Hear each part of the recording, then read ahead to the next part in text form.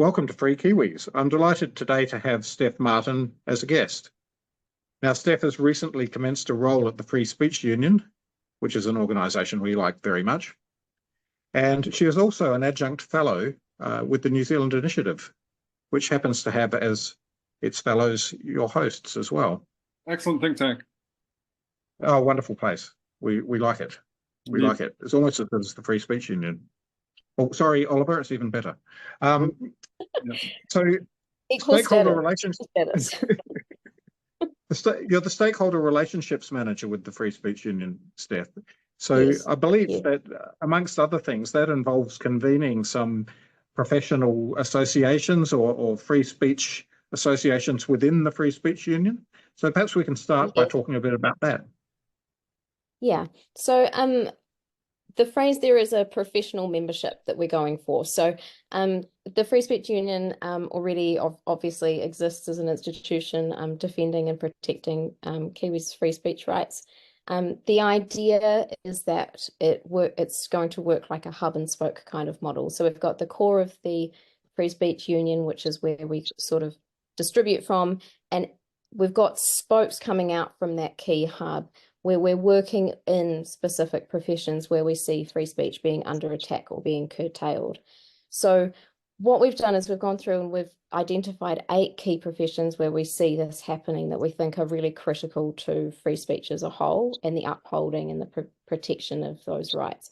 So those include the universities, so academics. We've already got one set up for them, which all 3 of us are actually members of, which is the Inter-University Council for Academic Freedom. So that's already... The UCAF. UCAF. We'll come back to that because I think today we'll talk quite a lot about the work of that group and some of the issues that are arising with academic freedom. So that's the acronym, by the way.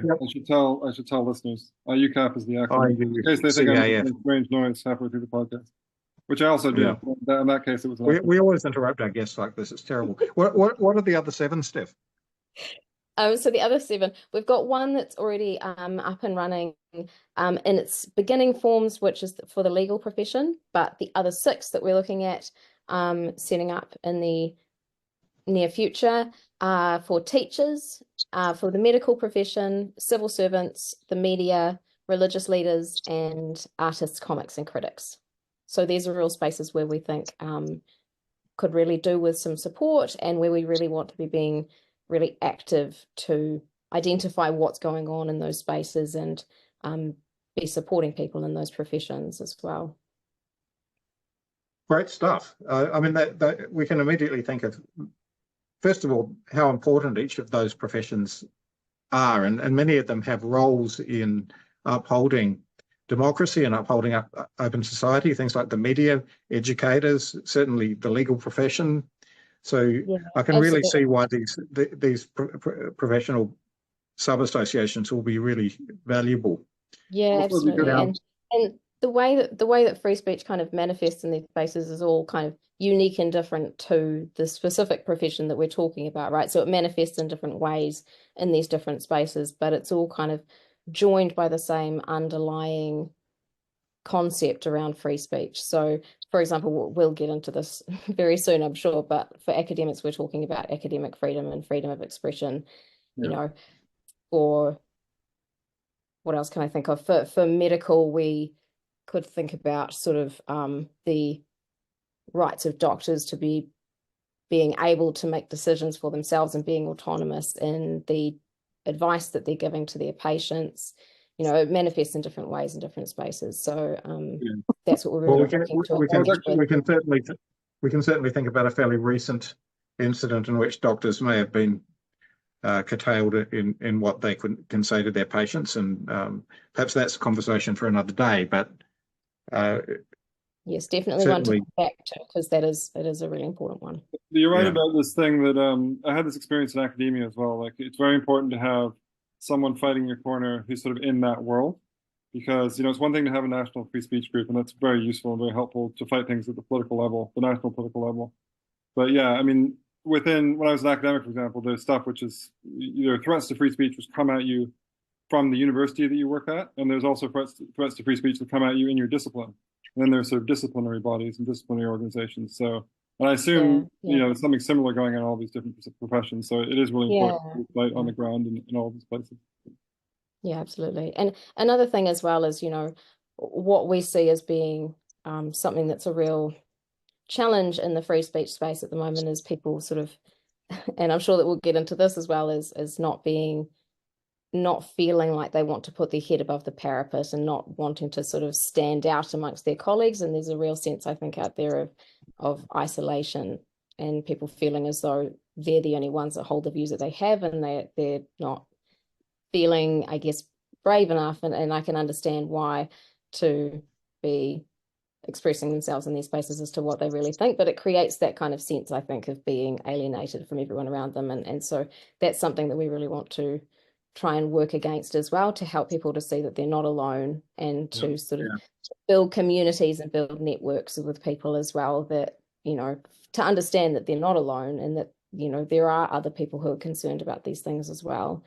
And we're hoping that through that people might feel a bit more sort of emboldened, I guess, to speak what they actually think, right? Obviously, we're not trying to put thoughts in people's heads or in their mouths, but I think you make such a good point. Beliefs, we want them to be such a good point that having networks, feeling like you're not alone, is a really important way to make sure that free speech stays alive, because people, once they feel isolated, they're easy to victimize.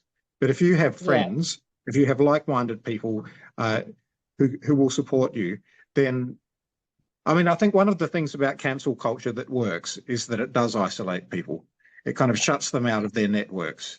And if there are alternative networks, then you're less scared of that. And I know I've heard many people who have undergone cancellation experiences say that, it was horrible at the time and their lives were devastated. But, a year on, 2 years on, they've got new networks, and those are stronger networks for them because they've found new people through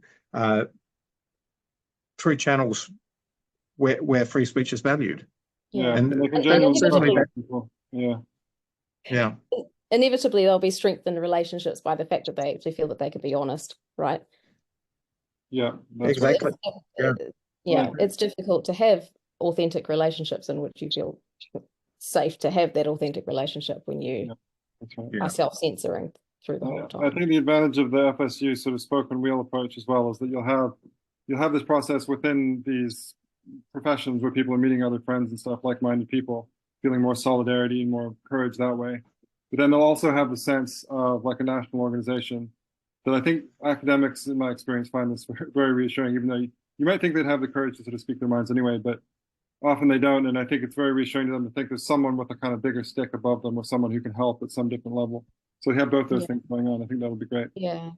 And actually knowing that their rights will be defended, right? Knowing that there's someone that they can call on to really go into bat for them when their rights are being. And certainly we know academics' rights have often been trammeled, and in fact they've been obstructed in their duty, is what I would say, because academic freedom isn't just for fun. It's part of the mission of the university. It's essential for the university to fulfill its mission to be critic and conscience, to allow academics to be the critic and conscience of society, to speak their minds in public, which is a duty. It's not just a right when you're an academic. And that's why, while I do have, of course, sympathy for academics who feel afraid, because they've got good reason to feel afraid, and people have families to support, and their careers are important to them. But I also think that of all the professions that you've listed, academics have the greatest, perhaps, duty to speak their minds publicly, because it is actually part of their role and their mission. And so perhaps of all the associations you've mentioned, it may even be the most important. And I know that it was set up to some extent, or at least coalesced around a group of academics who had themselves suffered. And I'm talking about the Listener 7 here. They've become a pretty strong part of this UCAF sub-organisation. Yeah, absolutely. Yeah, and I think a pretty critical thing that the more I look into this, the more it's really becoming more apparent to me is that actually a lot of these other professions that we're looking to work with are trained through a university. So actually there are knock-on effects here in terms of, you know, these other professions where there's been major shifts in how those professions have operated in ways that have been counterproductive to free speech. We can almost trace them back, and there's a real connection between when the training into those professions got like what's the word I'm looking for? Like certified, you know, like when they had to gain academicized almost, qualifications. yeah. Yeah, like they had to gain Academicism. qualifications to do them, where previously they were sort of considered more like training sort of Yeah. models. And sort of That's university right. level qualifications, so sort of theoretical qualifications. But Yeah. it's I mean, interesting, like a lot of these ideas, like we're going to go on to discuss this policy document out of VUW. And I think we can see there that, as Michael says, you know, academics should consider it a duty to sort of be in favor of free speech and defend free speech and academic freedom. But actually, I think what we've seen is in a lot of some academics, you know, they are desperate for academic freedom. They're trying to sort of speak up about it, or they're trying to sort of gain the courage to speak up about it. But at the same time, I think you do have to recognize that there's a substantial number of academics who have sort of turned against it, and they've turned against it, you know, partly because of these ideas, which I personally find sort of not very coherent and quite noxious. And they're essentially kind of illiberal or anti-liberal ideas. Yeah, So, it's a really interesting point you raised as well about the sort of credentialing issue whereby universities have taken over credentialing of a number of the other professions that you've mentioned. I mean, years ago, journalists didn't go to university, and now they go and do comms degrees, and then they go off and get jobs in media companies. Years ago, teachers were trained at teachers' colleges. Now they're trained at universities. And, you know, of course, James, as in his role as fellow with the senior fellow with the New Zealand Initiative, has produced this academic freedom report in which he identified certain ideological bias and commitment within the university as being a real problem, and one of the reasons why academic freedom is under assault. And actually that very ideology has also infected those professional training programs. And so we could see academia actually as ground zero of the problem, where it should actually be the way to see it. Yeah, it should actually be the solution if the universities were operating properly. So yeah, absolutely. Maybe we should segue to talk about what I think is going to be sort of our main course in this podcast episode, which is the Victoria University of Wellington Academic Freedom Policy. But perhaps we should just talk a little bit more about the background of this. So, you know, why this is a thing that universities seem to be scrambling to produce these academic freedom policies. So, Steph, you've been talking recently on other channels about the University of Auckland Academic Freedom Policy, right? So maybe you could just summarize what happened with that? Yeah, well, the reason that we've been talking about it and bringing it to light a little bit recently is because we're aware that there is a council meeting, which probably by the time that this podcast goes up will have occurred, at which it looks like at least the discussion will be beginning about the fact that at the previous Senate meeting that took place on the 16th of September, the Senate of the University of Auckland, which is essentially the professoriate with other, you know, staff and student representatives and, you know, some other people as part of that as well, they rejected overwhelmingly a academic freedom policy that had been developed and put to them by council. It had been in the process of development for around about 4.5 years, certainly over 4 years. And it's a pretty stark thing, really, for their own professoriate of the university to be turning around and saying no to a policy that's taken so many resources, so much time to produce. And it sort of illuminates the fact that there is something very out of step within the university, and something's really broken down there. You wonder, it's almost as if the situation university has come to be.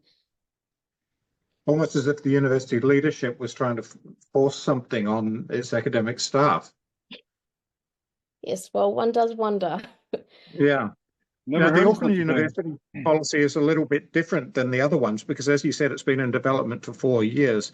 I think the other universities are developing theirs or started developing theirs much more recently in response to the coalition agreement that ACT had with the National Party when it formed the coalition with them last year. So if this has been under development for 4 years, that well predates that coalition agreement. So what's your understanding as to why that happened? So my awareness of this is sort of reasonably limited, but my understanding is that the academic staff themselves actually were the ones who requested a academic freedom policy to be developed, which suggests that they were aware of, I mean, this is obviously me extrapolating, but it suggests that they were coming to identify a problem that they wanted to guarantee their own protections in regards to. Right. And Or we at had least Instead, they got a policy that probably stands to make things worse. yes. Yeah, we could Which probably go again back is an to extraordinary fact. Right? It's extraordinary that an academic freedom policy, if it were to be instantiated, would actually curtail academic freedom more than they currently experience. we'd have to go back to the report that we all contributed to, the New Zealand Initiative One on Academic Freedom, to figure out exactly what was prompting the academics to go to the higher ups and request a policy. But it could be any number of things, right? It could be what they observed at other universities. I think John Brash had already been deplatformed by then. There were other incidents that had already happened between 2017 and 2020, which people can read about in the report. But anyway, so maybe the other universities are thinking more about this thing in the coalition agreement, where basically the idea is that I don't think they've actually sort of put it into being yet. But the idea is that universities are going to be required to have academic freedom policies as a condition for receiving government funds. So obviously, it's actually interesting. Like, I think it might be worth noting here that when governments do things like this, universities do seem to take notice. Now, they may be taking notice and reacting and responding in a way which is kind of pulling the wool over people's eyes. But for me, this is an indication that if the government actually did put in stronger legislation, the university leadership at least would react to some of those incentives pretty sharply. So that, in a way, that's kind of encouraging, right? Because it shows that the government funding are a powerful incentive, I guess. They rely on the government for their money, so they've got reason to. I agree with that. Perhaps we should get into some of the specifics. So I think when we look at the draft policy that's come out of Victoria University in the last week or so, and the one that the Senate at Auckland University rejected, they have quite a number of similarities. There are some differences too. So we've mentioned that these policies might actually make things worse. Steph, can you describe some of the ways in which that's so? Well, I might can I just deviate a tiny bit and just Certainly deviate all you like. What to me is kind of the critical flaw, I guess, of both of them that they share in common, which is that the way that it's kind of set up is that it expresses a freedom that the staff might have, and then underneath of that, there is a note about the restrictions to that speech that might be offered to them. And in many cases, those notes and restrictions, it's like the details and the footnotes, right? The devil's in the detail. And those notes undermine in significant ways what could have been actually really great statements. Particularly with Victoria, it felt to me that there were some comments that actually, you know, I'd read sort of a point that was made in the document, and I would think, oh, that sounds really good.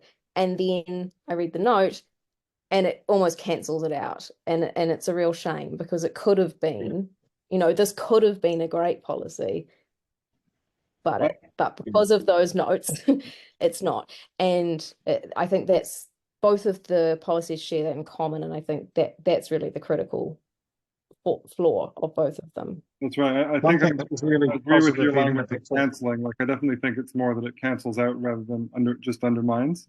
Like, I'd almost say that some of the subsequent clauses actually overwhelm what is said initially. It was basically said, you know, you can say whatever you like, you know, freedom of speech is very important, academic freedom is very important, except that if, you know, anyone's, I think at one point they say anyone's allowed to come on campus to speak, except if there's reason to believe that they'll spread misinformation and disinformation. Now, Yeah, in which case the initial statement's invalid, exactly, right? if you think people's speech can be limited because you think their speech is false, you don't understand free speech at all.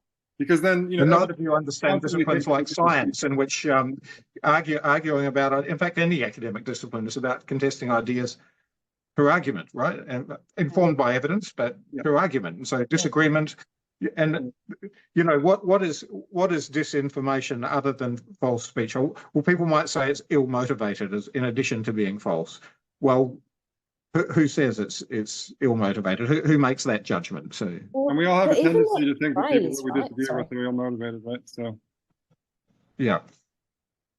Even But one thing phrase about the Victoria policy that we might praise fairly in a fairly unalloyed way is its commitment to institutional neutrality, because that has been an issue with a number of universities around the country in recent years, where they have taken substantive positions on things, arguing in favour of things like climate change policies or Treaty of Waitangi policies and the like. So that affirmation of institutional neutrality is something that they should be given an accolade for.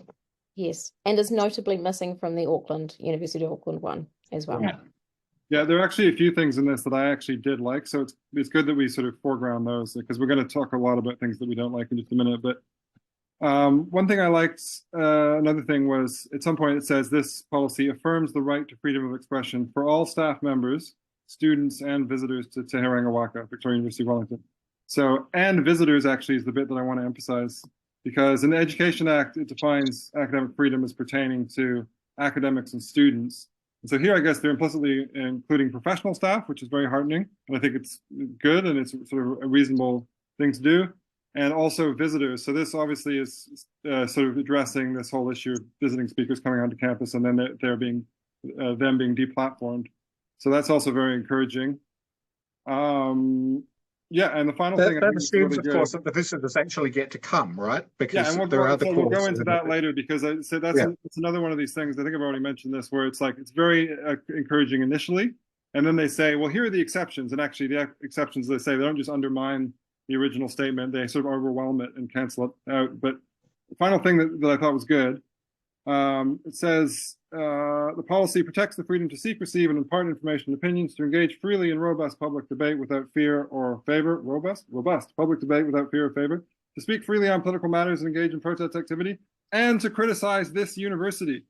I think that one's extremely important, because there was a wide perception that we saw in the testimonies that we gathered for the New Zealand Initiative Report on Academic Freedom, that lots of academics in New Zealand believe that if you criticize the higher ups, your job might be forfeit. You might lose your job. Maybe they won't fire you directly, but maybe they'll use an upcoming package of cuts, and you know, you may find that you're out of a job for sort of what seem like very strange reasons.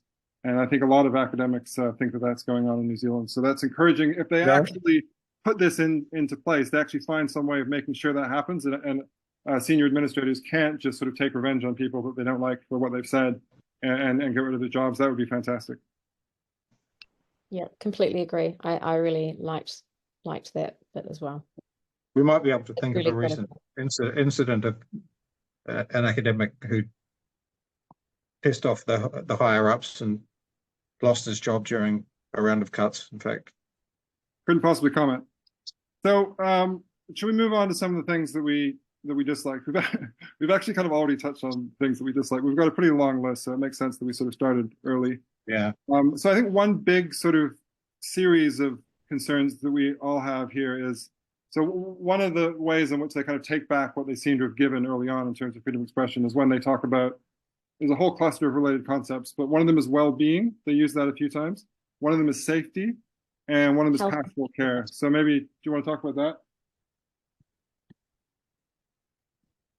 Me? Jump in? Okay. Either one of both.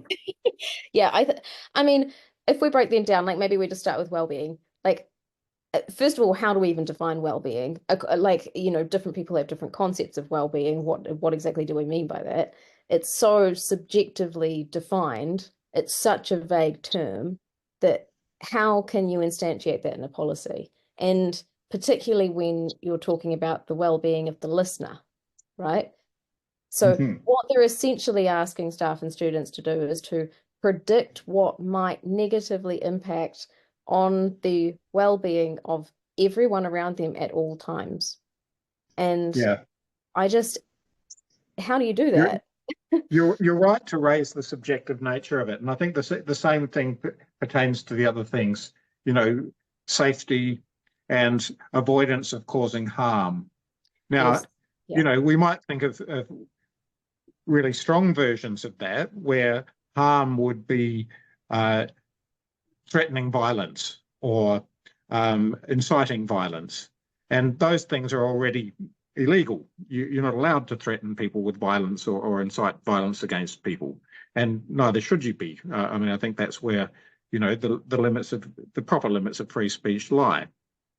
But we all know that in recent times, a very weak version of causing harm has been used to shut people down.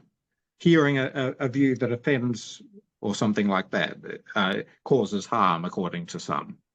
And we can predict with a great deal of, with a very high probability that very low, that very weak version of what it is to cause harm will be invoked to shut down speakers. That's right. We can predict that because we've documented in this report that we did for the New Zealand Initiative several cases in which that excuse was used in order to shut people down and to deplatform people. So we know that that's going to be used.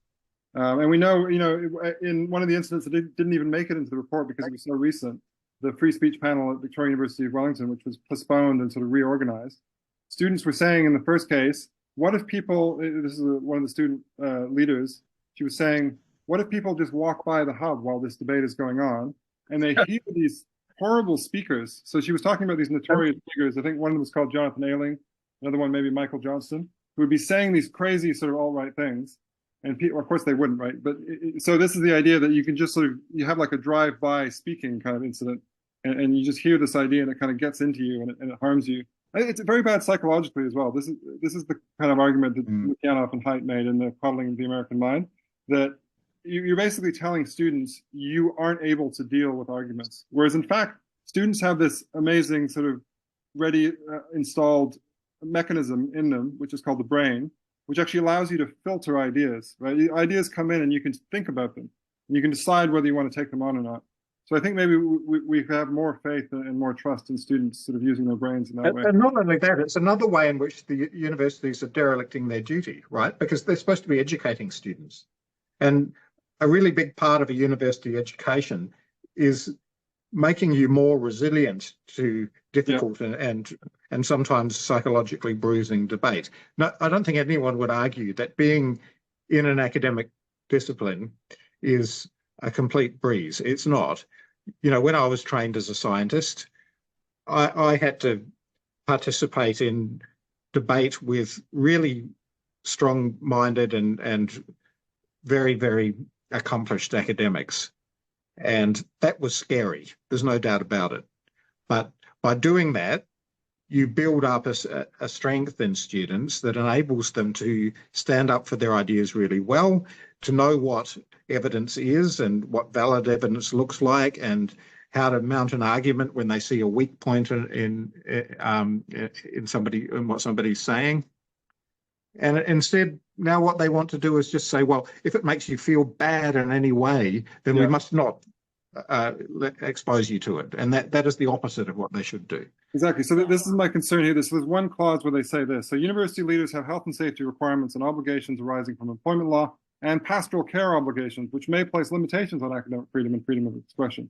But here it's interesting. So pastoral care obligations, to me, this is exactly what we're talking about. You might think pastoral care obligations include helping students to deal with the sort of ordinary hurly-burly of life. And in a university context, in fact, in many contexts, in ordinary employment contexts, that will involve encountering ideas that you don't agree with, right? So the correct way of doing pastoral care would actually be not to interfere or intervene with these events, which are in most cases, as we documented in our report, they're not actually very extreme, right? We're talking about people discussing the nature of sex and gender in a lot of cases, people discussing the nature of the Treaty of Waitangi. Right? These are things that people should be able to deal with without it traumatizing them. And actually pretty important that they do. Yeah. Because they're topical issues. And yeah. And if we're going to be able to try and like, you know, if these are things that people have differing points of view about, then we need to be able to talk about them if we don't want society to completely fracture apart. Exactly. Right. You'd think that universities would be the places where we could do that. Exactly. Can I just add, Exactly. so one more thing on this point, well-being, safety, and pastoral care. I mean, I go through all the passages where they use this language, but I won't. But one thing that came up here is also, it says at one point, the exercise of academic freedom is to be informed by the university values of kaitiakitanga, manakitanga, whanaongatanga, akaranga, and whai mataranga. So my concern here is to be clear, not that I kind of dislike Maori. I find languages very interesting. Both of you know I'm a massive language nerd. And I think it's great that people are exposed to some Maori, but there's also this value in liberal democracies of transparency, right? People need to know what's going on. And what they're saying here is basically that academic freedom is sacrosanct, but there are these values which might limit it. And my concern here is that a lot of people in the university probably don't know what these values are and what is involved in them. Because even if you know Maori well, my understanding is that a lot of these terms have kind of specialized meanings in this context. So what is it? Kaitiakitanga is something like guardianship. Manakitanga is like respect, right? Whanaungatanga is something like solidarity. It's like collaboration, working together, sort of right. thing. So Yeah. that's I think manakitanga is more kind of hospitality and making people feel good. Well, this is the thing. So So then you can see a massive danger in that, can't you? Yes, exactly. I mean, well, the thing is, I'm making a point even before that, a preliminary point. It's not even that we may have concerns about these things, which we may. It's more that like you get three, New Zealanders with a university with, all of us have postgraduate degrees together and say like, as long we're not Te Reo speakers natively, what do these things mean? And I think a lot of them will just sort of flounder and not know what they mean. And that's even more the case for academics that come from abroad and have been here for only a few years. So you're basically saying to them, your academic freedom rights will be limited by these words that you don't understand and that we have the privilege of defining. I just want to really quickly point out that the same things are also in the university one. I have a point to make in a second, but just worth because we're kind of talking about the two of them. The same thing we're seeing in the Auckland one. So the Auckland one has got, for example, the right of freedom of expression is subject to such reasonable limits as can be justified in a free and democratic society. For example, the laws governing employment, relationships, and health and safety. So that's where health and safety is creeping in. It also says the code of conduct, which is obviously bearing reference to because this is a way of kind of enforcing the code of conduct, sets out the university's expectations of the standards of behaviour of university members. This includes acting with manakitanga, fostering whanaungatanga, and upholding kaitiakitanga. So it is in there too. The point that I wanted to make is that my understanding is that in the actual Waitangi tribunal documents themselves, where they talk about this kind of thing, they say that words like this are contextual and change over time, depending on time and place and circumstance and people. So if the Waitangi tribunal themselves are talking about these phrases as being things that aren't necessarily fixed, then how on earth can they be enforced through a policy? Yeah. How can people actually be expected to adhere to concepts that are constantly evolving? Yeah, or to know what they're expected to adhere to. And yeah, I'd also say the flip side of that is that it provides, anyone in a position of authority within the university who wants to shut somebody down a great deal of wiggle room to do so, because they can say, oh, well, this concept has changed now and it means this. And so away we go. And there's a real question there of who's the one who at any point in time defines what these terms mean and how they might be used for or against people, right? There's real problems here. I mean, these aren't necessarily things I really want to avoid us sounding as though we're down on these as values necessarily. It's just that they don't belong here, right? Sure, they can be part of the values of a university and they can be supported in the culture of a university, right? But they don't belong in a policy that staff are expected to adhere to, and Yeah. which are potentially consequential for their employment. Yeah, and That what just, you, Yes. that to me seems inappropriate. what you outlined earlier there is basically, as you probably know, I mean, it's like the classical defense of the rule of law, like the classical liberal democratic conception of the rule of law. Its advantages are that it's what? Predictable, clear. Yeah. I think there's one other, but basically the idea is if you're going to punish people or you're going to hold people accountable for laws, you need to make sure that they know what those laws are and that they can predict the kinds of things which they will probably get in trouble for and the kind of things they won't get in trouble for. You know, and they have a Exactly. good sense of what the Knowable in consequences would be. advance, So all this kind of language, I think, sort of erodes this idea that it's all contextual. I mean, obviously, you know, judgment of law is going to be a little bit contextual, but you want the law itself or the rule itself, the regulation to be crystal clear, and that's not the case here. Yeah. So another thing along the same lines in the Victoria one is that the idea of academic freedom will be interpreted in the light of the Treaty of Waitangi statute. Yeah, exactly. Now, as you showed in your report, James, one of the big issues, in fact, if not the biggest, that academics feel uncomfortable to discuss are issues pertaining to the Treaty of Waitangi.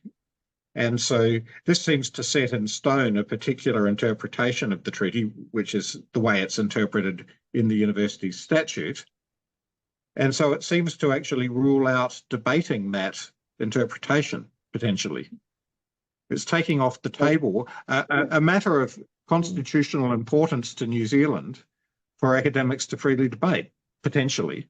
I guess. I mean, yeah, it sort of says decisions made around academic freedom and freedom of expression can be complex and will be context specific. Decisions should be made in light of the relevant legal frameworks. There's a big list, and then right at the end, it's and the principles of the Te Tiriti o Waitangi statute. And so, yeah, they obviously get to interpret that in this case, right? So it's the university, it's the sort of senior administrators of the university as an institution's interpretation of the Treaty of Waitangi and the Treaty of Waitangi statute that is going to be followed here. So obviously that poses great difficulties for people who might have a different idea about what is implied there.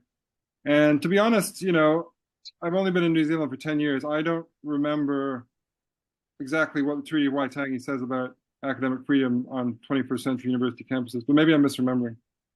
Well, I think there's a real question there actually of how those two things relate, and actually what the relevance of the Treaty of Waitangi is for academic freedom. I mean, presumably, I mean, the Treaty of Waitangi definitely says that everyone's meant to have the rights and duties of British subjects, right? So presumably that's kind of like a classical liberal conception of freedom of speech, right? Because we all have the rights of British subjects, you know, in a modern context. That means that we all have free speech, or and within a university context, we might think that means that both Māori and non-Māori academics are equally protected by academic freedom considerations. Yeah, but of course the thing is, like, the Treaty of Waitangi is a historic document. I know it's been incorporated into various bodies of New Zealand law, but there are lots of statutes that seem much more relevant. So we know, like, the Education Act basically defines what academic freedom is and says the universities have to uphold it. So surely that's kind of more relevant. But do they mention the Education Act there? I don't think they do. So that's kind I think they might in the preamble. They do in the preamble, that's right. But I mean, that bit. Yeah.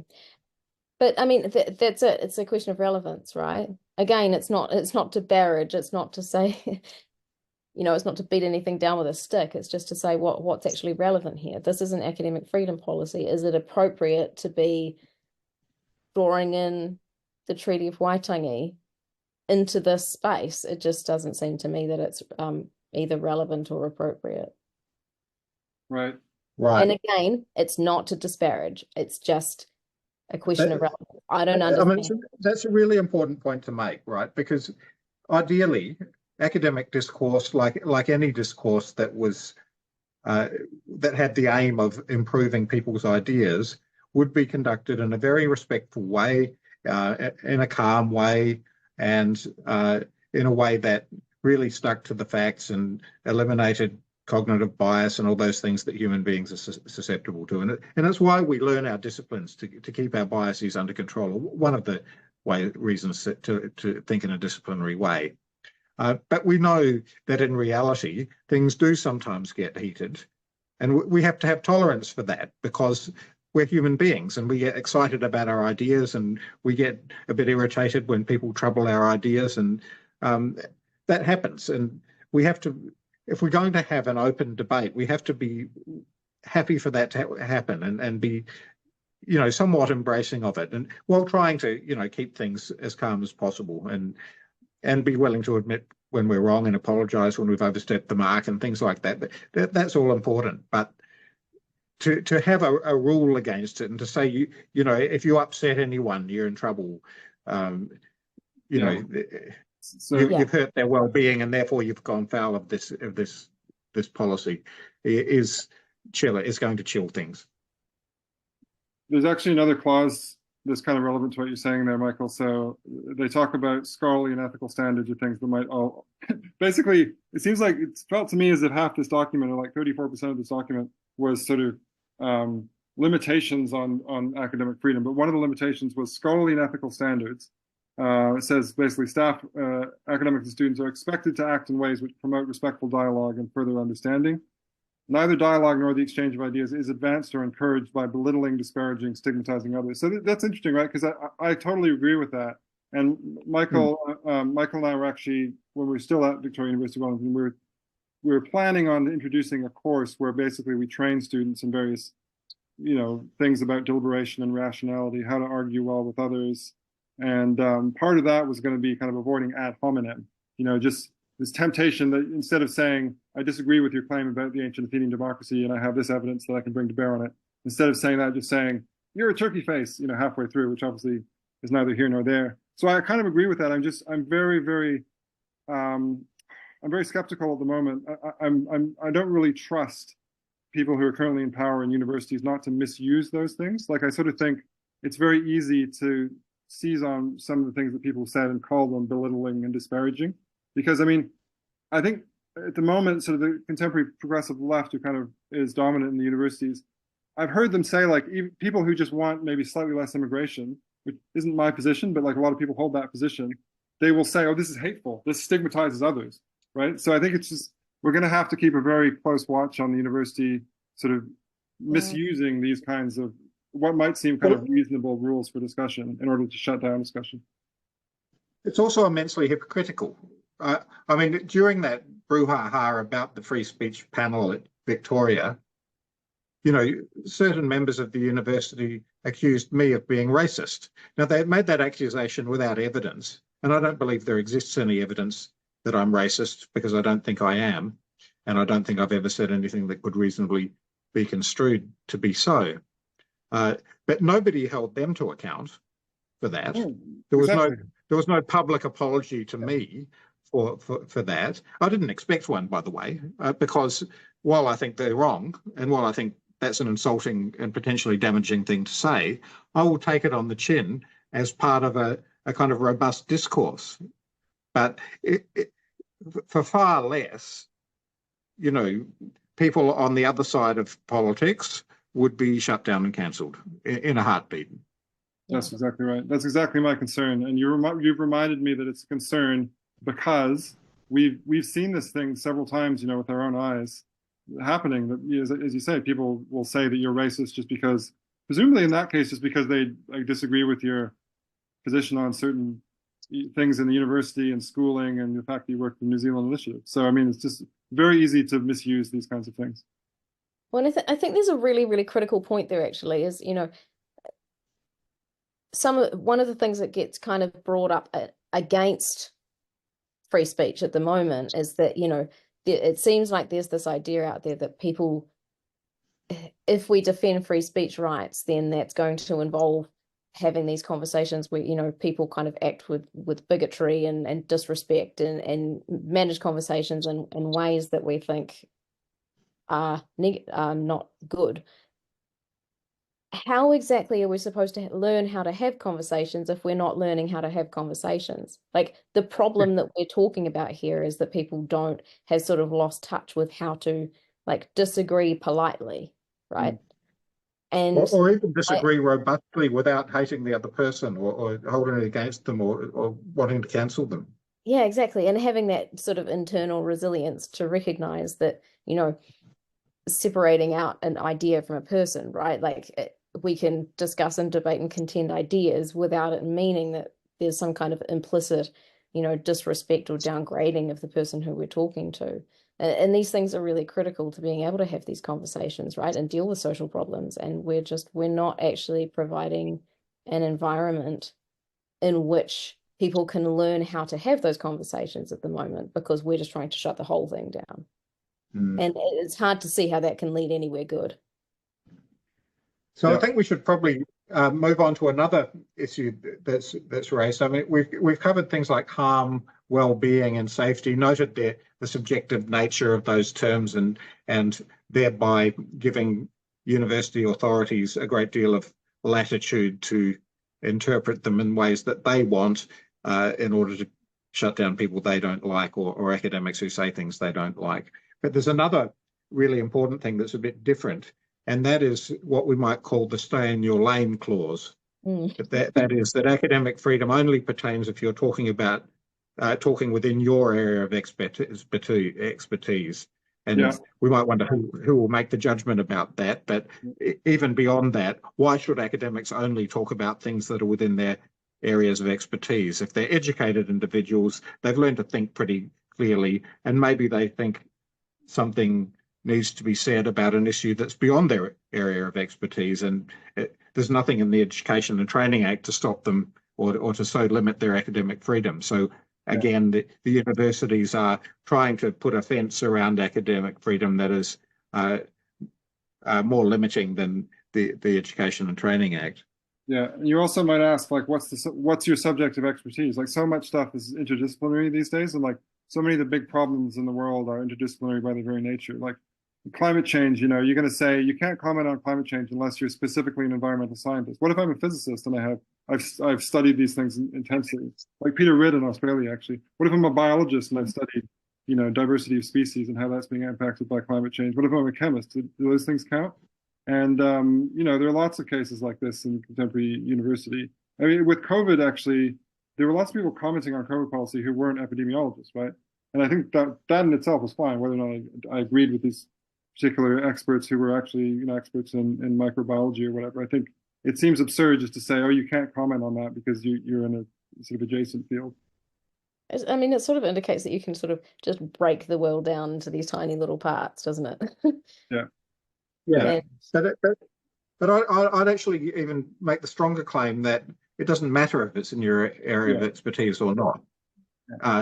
We shouldn't even bother with that, because again, academics are hopefully highly educated individuals who have learned to think well, and that means that they should be free to comment on anything at all. Yeah, and have some generalizable expertise, right? Because otherwise you get this very strange conclusion as well, that basically the academic freedom policies at universities are saying that academics should have less freedom to speak than members of the general public, right? So basically, people at universities, they set up these institutions to say, these institutions are we're going to foster people who are going to speak on topics of public concern. And then you say, however, you actually can't speak outside of something you've done a PhD in, whereas anyone else can phone up News Talks EdB or whatever, go online and talk about whatever they want. So it was, okay, maybe their jobs will curtail them in certain ways, but it just seems really strange to put these sort of blind or, put these constraints on academics when actually academics should be more free than most people to speak. Yeah, absolutely. It's a really interesting, again, it's like a deficit point of view, isn't it? A what?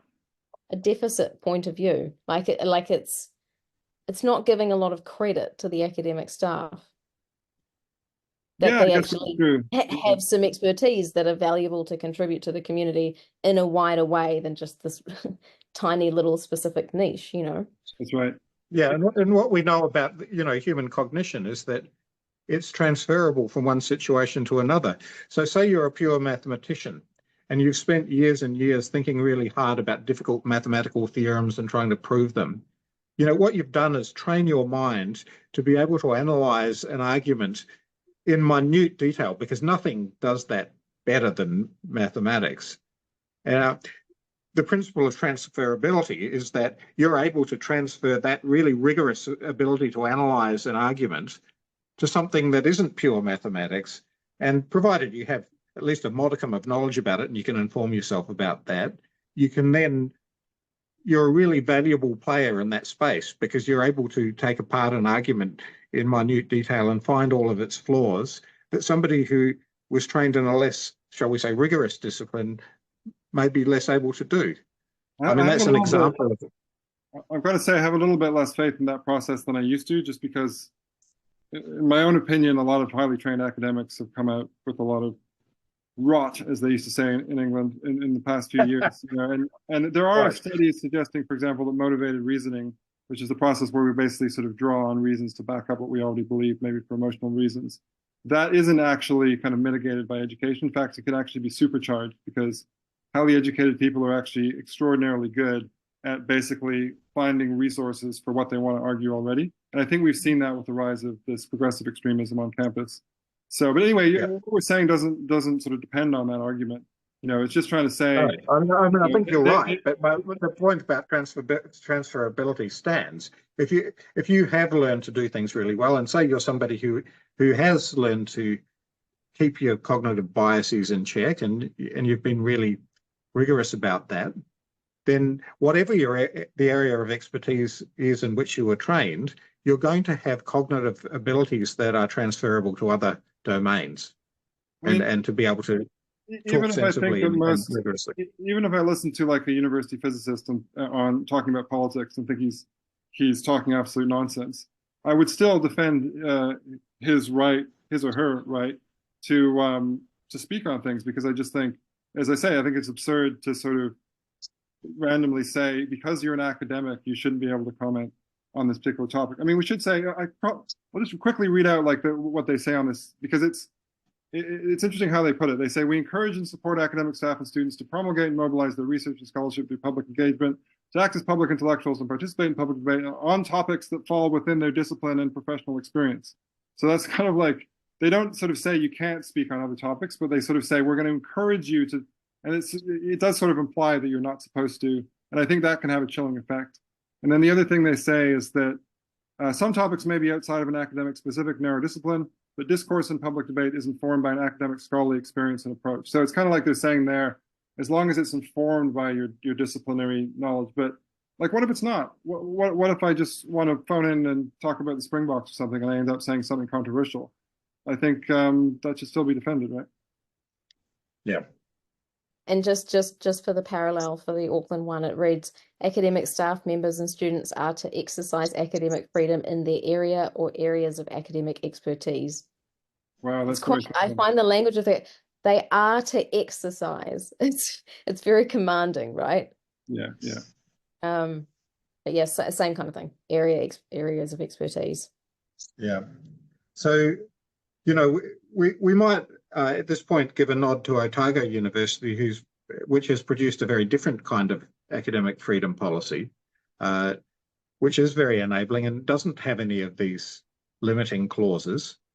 And I think that's a really positive thing and a really positive sign.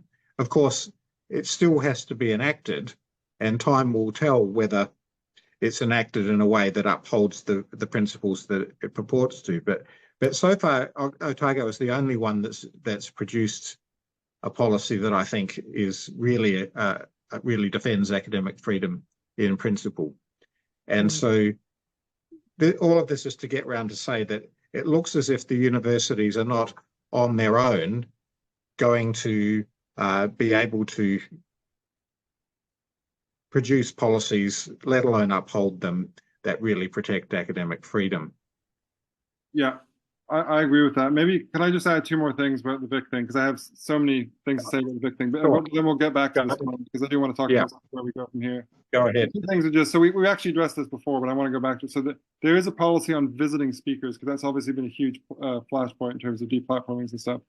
And this is also an interesting case where they basically say, yes, visitors are protected. Come, visitors, say whatever you want. However, there's the following list of 473 things which may limit your freedom of speech, right? So the conduct and organization of these events and activities, that is events and activities that come on campus, the policy says, should be consistent with our role as conscious critics of society and with the general law of Aotearoa, New Zealand.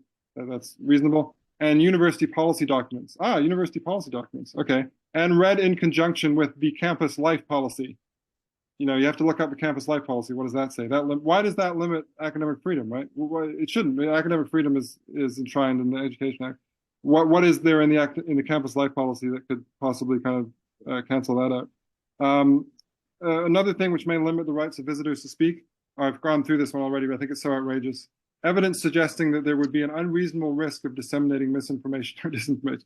It's not even like there's a complete, you know, cast iron case that they're spreading misinformation. It's like there would be an unreasonable risk of people disseminating misinformation. So maybe people might say something which is wrong and could impact a lot of people.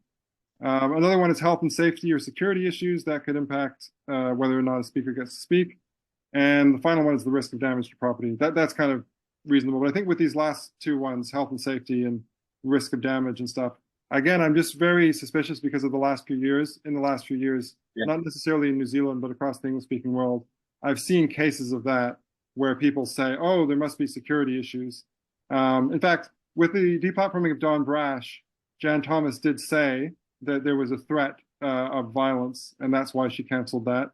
And there may well have been a threat of violence, although it seems that from her emails, which were released by Official Information Act, she was thinking from the get-go of deplatforming. She was asking explicitly for ways of deplatforming Don Brash because of his political views. So I think it's possible that people, in looking for ways to cancel something, will refer to sort of supposed health and safety and security issues, which are not real.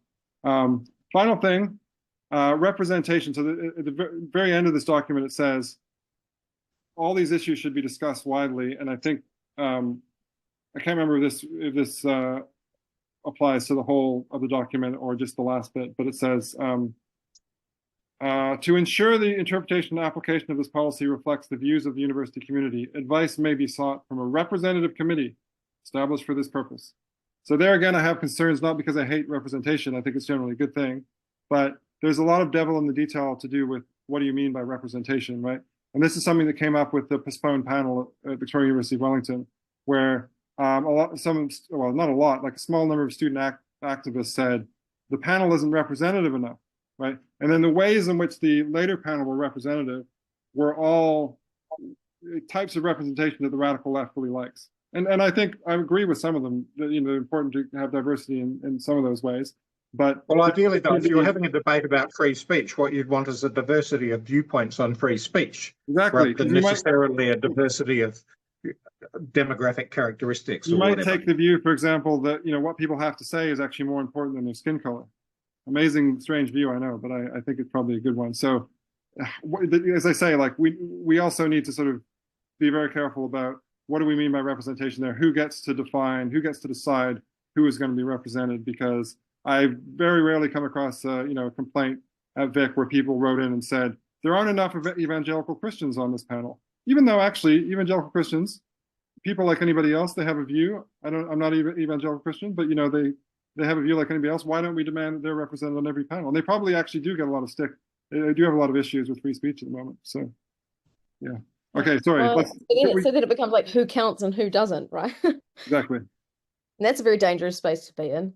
And like it seems actually like as you're talking, it's just coming up to me that there's a real question here that's been threaded through what we've talked about around who gets to decide these things.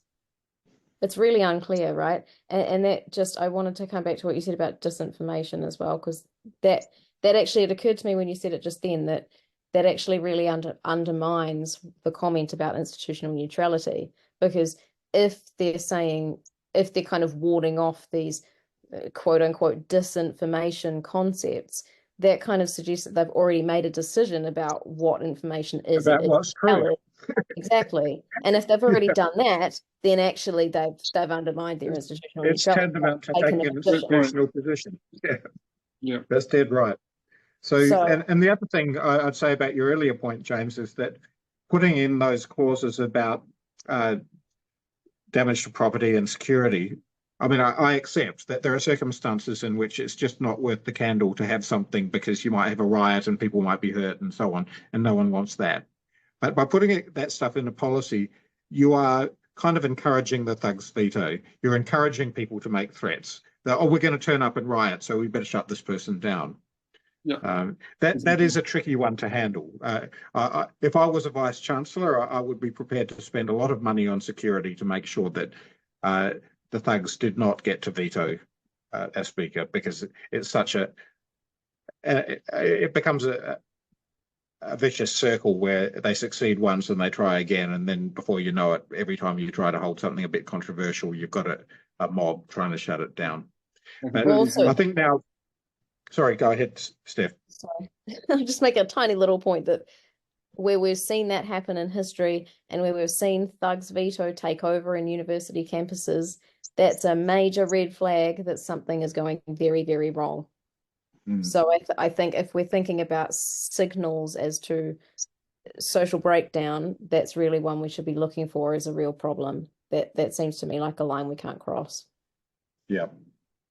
So we're probably getting towards the end, but I wanted to come back to this point that the universities, by and large, don't look as though they're going to be able to defend academic freedom on their own, and they might need some legislative encouragement. Yeah, It would seem that way.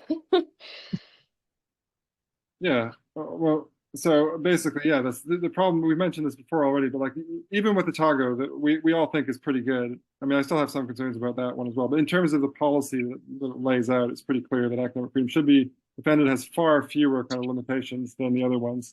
But even in that case, there's reasons to be concerned because there's this huge political skew on campus. Whenever people are complaining about events, they all really seem to come from one direction. I mean, maybe there's as we document in the report, there's some concerns about the Chinese Communist Party. There's some concerns about managerialism. But really, even when managers intervene and shut things down, 9 times out of 10, it seems to be the case that they're shutting things down at the behest of activists who come from the progressive left, right? So that, for me, is the kind of key problem for universities at the moment. And it would be the same, by the way, if there was like a massive preponderance on the right. And so the question is, like, in this situation, in this context of like extreme bias and imbalance, there needs to be some kind of mechanism to make sure that people are being fair and actually implementing these policies. And I don't see that happening from within universities. I think that with a lot of these policies, especially with all the exceptions, what they're really trying to do is say, oh, look, we're fine. We have an academic freedom policy. It says here you can say whatever you want, as long as with these 473 caveats. But our policy says you can say whatever you want, so we're fine. So don't fine us. Don't take away our funding. And I sort of think, if actual citizens of this country want to make sure that there are these institutions that you can go to that are politically neutral and that are kind of dedicated to investigation of the truth rather than sort of political activism, there needs to be something more than that. There needs to be some. And Steph, I think the Free Speech Union has something in mind and doing some work in that regard as well. Yes, we're looking at kind of legislative options for what might be, how we might be able to approach this problem.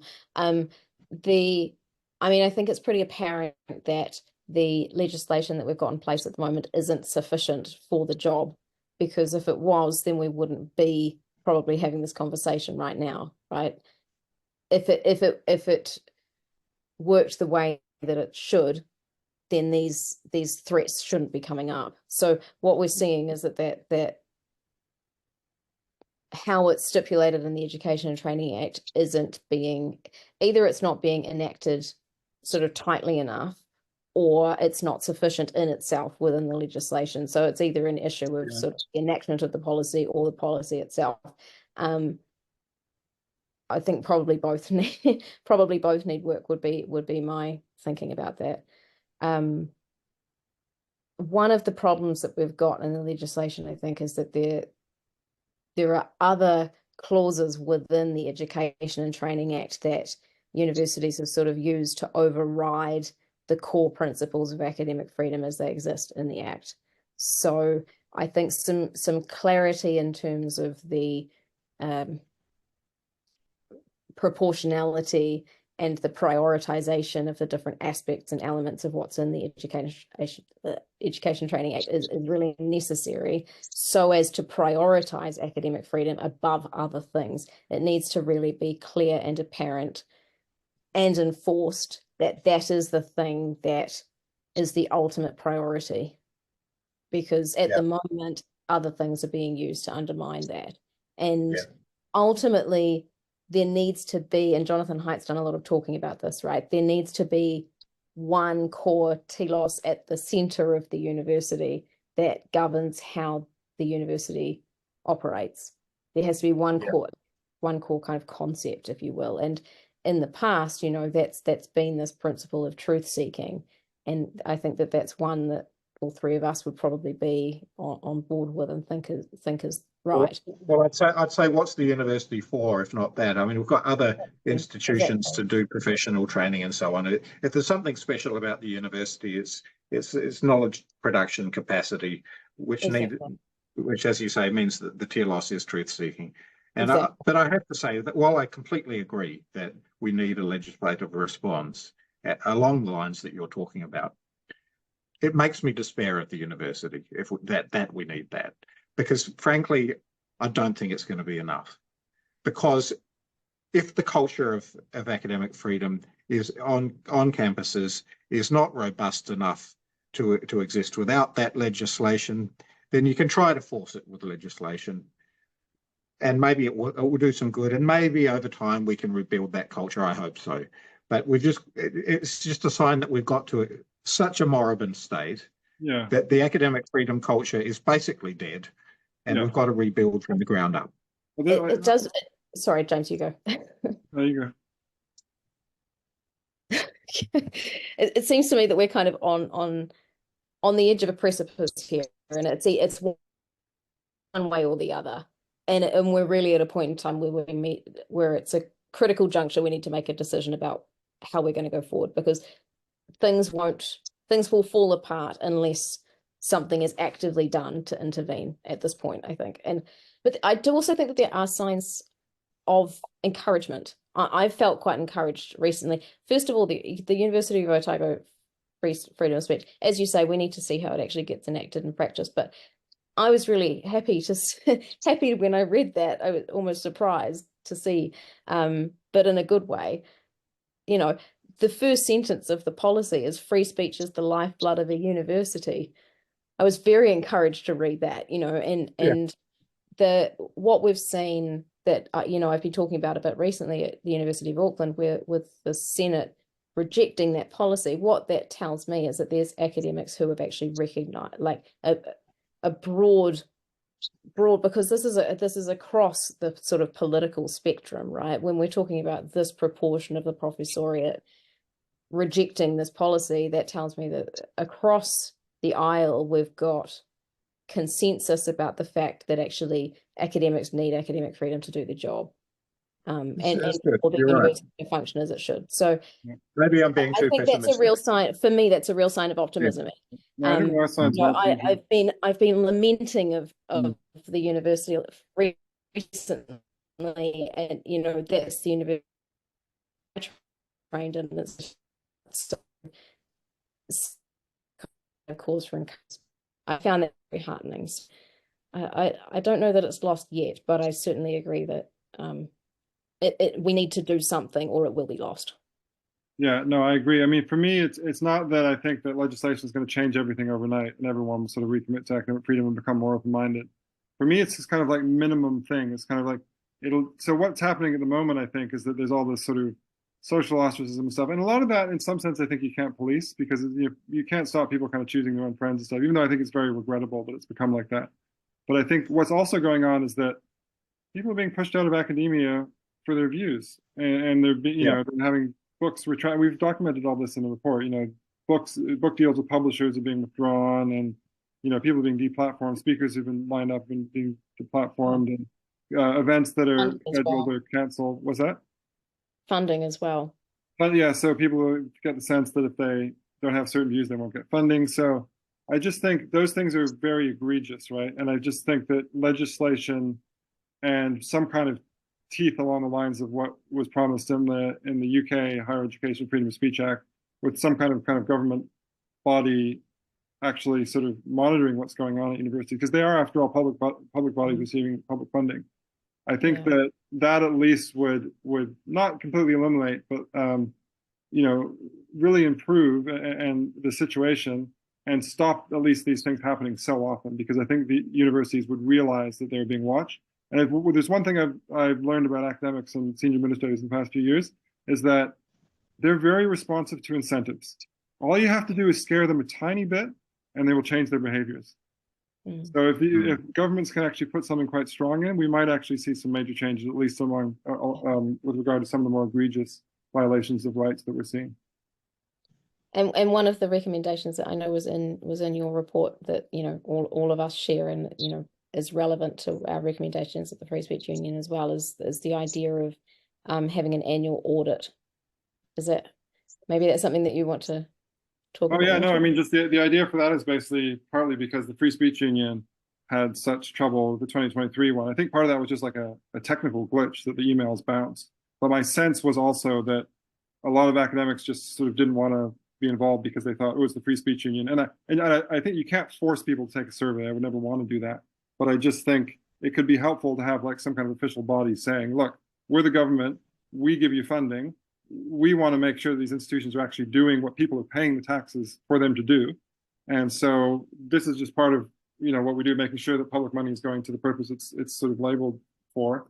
And we're going to have a survey, and we're going to require you to give us a list of incidents, academic freedom incidents that occurred during the year, you know, deplatformings, things like that, so we can look into them. And I think, again, and they'll be published. And they'll be published. So again, like as I say, I think academics are actually amazingly responsive to incentives, in the sense that yeah, they're quite easy to spook, but that's actually kind of encouraging, because we could sort of use that to make sure that they are actually doing the job that they're supposed to do. And by the way, none of this is to say I'm totally not in agreement with kind of what's going on in Florida and in other American states, where they really are sort of telling academics what to teach. I would never do that. It's more that these universities have to be places for free inquiry and for open conversation, so that if somebody does have a conservative idea or whatever it is that's not in fashion at the moment, again, we can't guarantee that they're going to have all the friends in the world, but we hopefully can guarantee that it's not going to be held against them at the next promotion round, or that they're not going to get fired outright. Or we can't guarantee that either, but we can make it more difficult, right? If the administrators feel that there are actually people who are going to try and hold them to account at the government level. Yeah. Well, I think it's a testament to the quality of this conversation that it's probably one of the longer Free Kiwis episodes ever. We've been going for what, an hour and a half or something? Excellent. Yeah. I was just thinking that actually probably the last point that I would want to make is just that I know that all three of us feel very impassioned about the university space, and we value it a lot, and it's something that we want to see restored to its integrity, and that's why we care about it so much, right? So it's just that really ties into that. Exactly. So look, Steph, thank you so much for coming on, and we'll certainly have you back, because there are your other 7 professional bodies to discuss as well. So over time we can unpack each of those. I think it's a really valuable thing that you're doing. Good on you. It's wonderful to see the work unfolding, and I'm sure that we wish you every success in your endeavours.